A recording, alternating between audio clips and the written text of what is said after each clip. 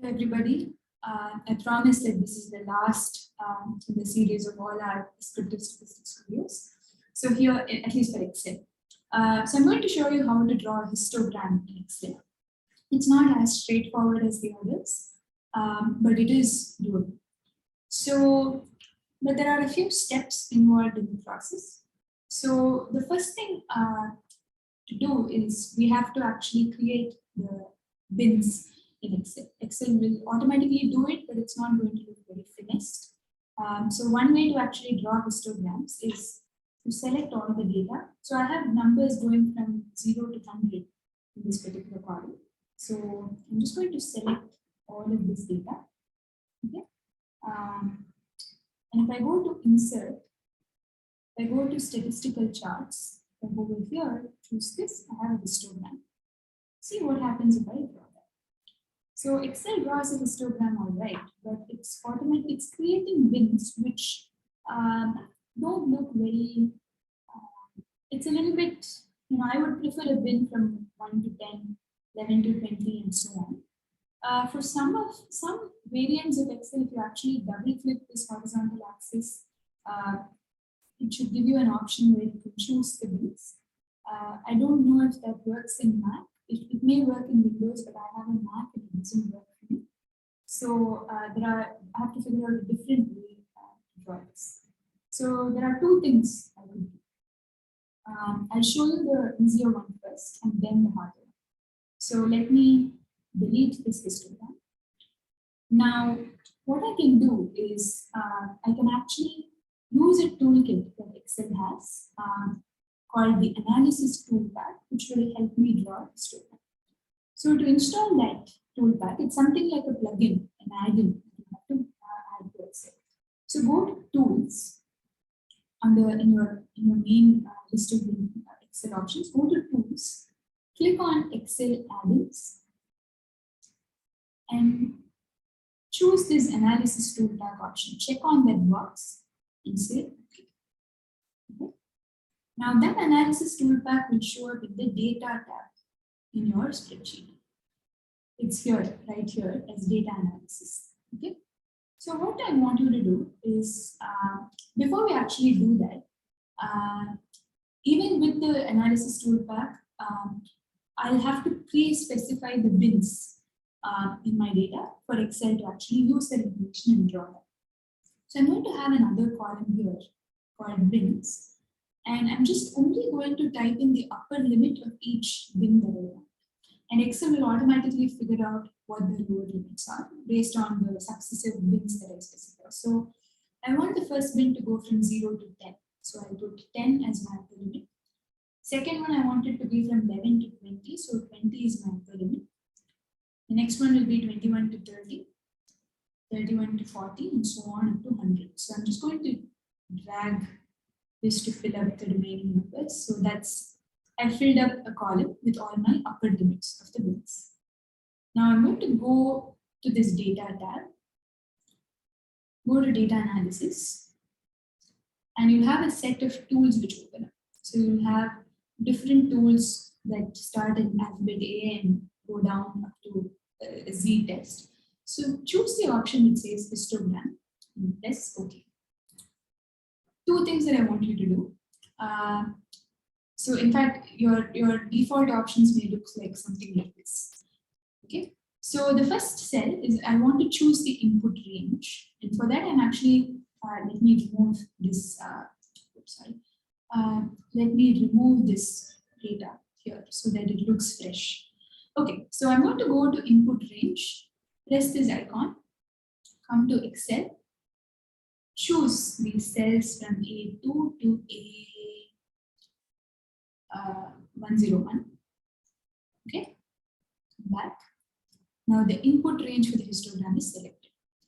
I also have to specify the bin range, wherever I've stored the details on the different bins I want. So I'm going to click on this, choose these 10 cells, that's for the bins. It's on that. So I've now specified the information that Excel needs to make the histograms. I've told what the bins are and I've told what the data values to be plotted. Now it will show you options in different ways. So I want you to click this output range as you know, just click on some particular cell in the same worksheet so that the histogram shows up in the same spreadsheet. And just click on chart output here. That's all you need to do. So choose the output range option, press chart output, click OK, and see what happens.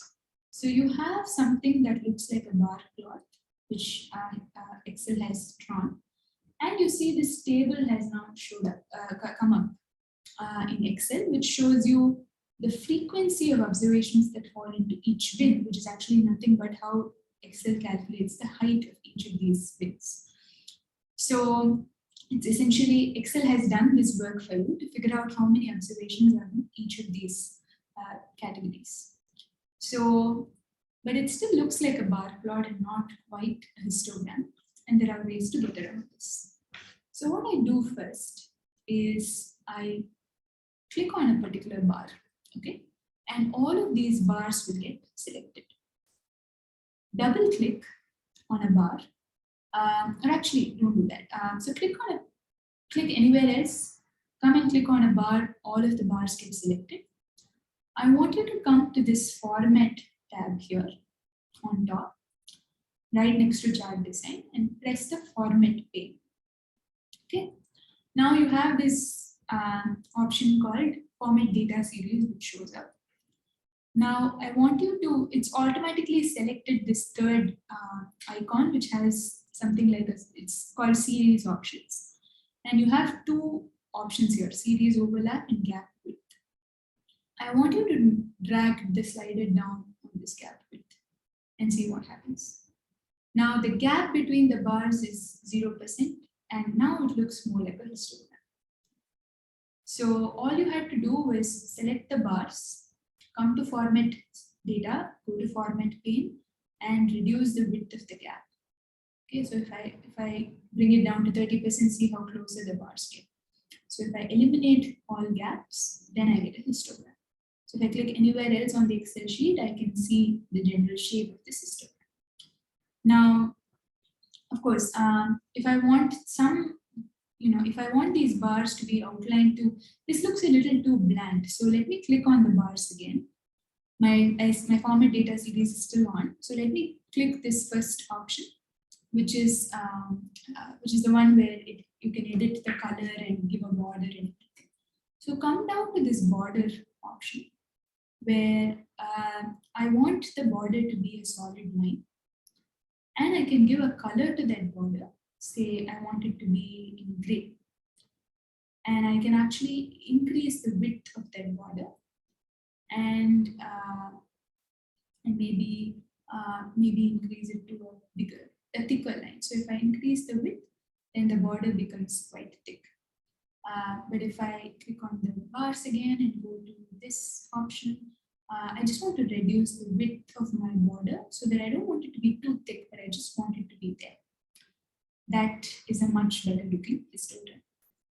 Now we still have to edit the different bins here. So to do that, I'm actually going to go to this table, okay, and start editing the bins here. I'm going to call this 0 to 10. 10, and see it automatically updates here. 10 to 20, 20 to 30. Now the problem with, I could easily type 30-40, and Excel is actually letting me do it. Sometimes it won't let me do it. So I can do this. So see what happens here. I did 10 to 20, and Excel takes it as 20th October, which is a problem. So which is why I just stuck to 0 to 10, 10 to 20, 30, 30 to 40, 40 to 50, 50 to 60, 60 to 70, 70 to 80, oops, double click, 80 to 90, 90 to 100. I can remove this column, row, or actually, let me click on this entire histogram and then deselect that row so that one bar goes off. And there we go. So we now have a nicer looking histogram. If I just expand the area of this plot, all of these labels are fitting in very neatly, so I don't have to change things. Maybe I can go in here, go to chart design, remove the legend, and I think remove the x-axis title also, or maybe call it something else. I'm going to click on this and instead say maybe these are student grades or something. And then histogram of student marks in statistics. Let's say maybe this is what all the 100 students scores are. So that's how you draw a histogram in Excel. Now I told you there's another way also in which to do this. So I'm actually going to copy this data column only and paste it in a different spreadsheet. So this is actually a more cumbersome way. So what I'm going to do is I'll have to manually create this particular table by counting the number of items that fall into different bins. And once I have a particular table that looks like this, then I have to generate a bar chart for that table. So that's what the other way is about. But I would encourage that we not learn about that method because it's a shortcut and it's not quite, it's more tedious than using the one with analysis toolpath. So I'm not going to go over that. So I'll delete this sheet. So there you go. So now you know how to do bar charts, Pareto charts, line charts, pie charts, different types of bar charts, box plots, histograms, and scatter plots in Excel. So good luck.